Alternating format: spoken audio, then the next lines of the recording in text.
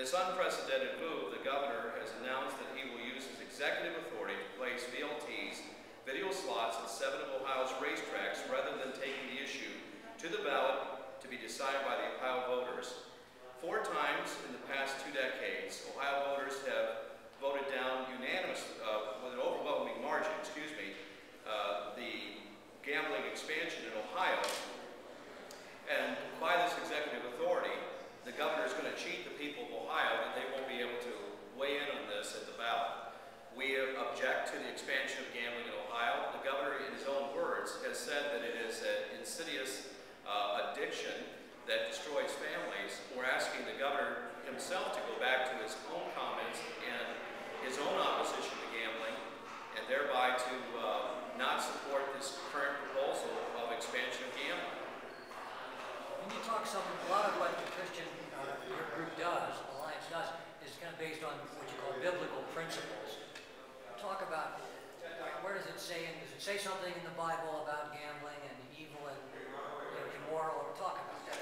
Well, certainly from a Christian's point of view, ill-gotten gain, and the Bible speaks about the work ethic, and the whole system of gambling is basically by easy gain. It's the lure that people are brought into, but it actually is an entrapment and enslavement of those who are caught into the compulsion lifestyle of gambling. And so we object to it because it will destroy families. It will be, in fact, pastoring for years, counseling families and individuals who have had the addiction of gambling, and the ill effects is it affects the whole family to the children, and it breaks up families, and so that's why we're opposed to it. Is it your view that gambling in and of itself is immoral? I mean, even if somebody does it kind of in a controlled way and doesn't gamble away all the rent money and doesn't get a divorce and doesn't go into debt, that intrinsically there is a moral factor there? Certainly from our Christian perspective, our religious perspective, gambling is immoral. But it's for the people of Ohio to determine, by way of public policy, whether we're going to expand gambling in Ohio. And so, again, 4 times in 17 years, the Ohio voters have voted it down resoundingly. And so, for the governor to cheat the voters once again by this way, he could not get the guarantee through the Ohio legislature. Now he's going to use the unprecedented move of an executive order. We object to that.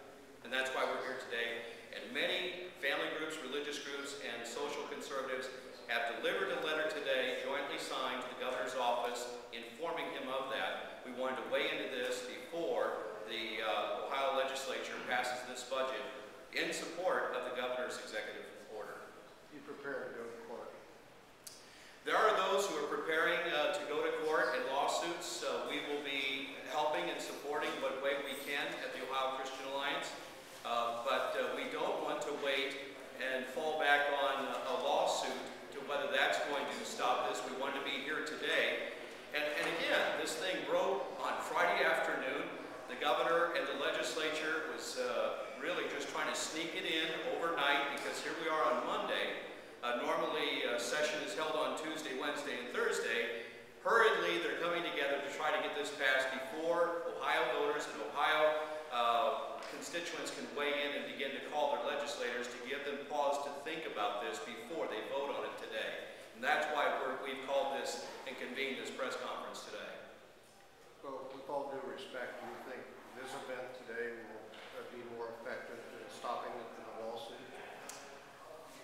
No, I don't believe that. What I believe is that by today we are reminding both the Ohio members of the House and Senate, the governor himself, all duly elected, that the people of Ohio have voted time and again that gambling should not be expanded in Ohio, and they're reaching beyond their constitutional authority, and we're reminding them of that. The ultimate signal and message we can send to them is at the ballot box, and we are reminding them today that their actions today will be held accountable in future elections.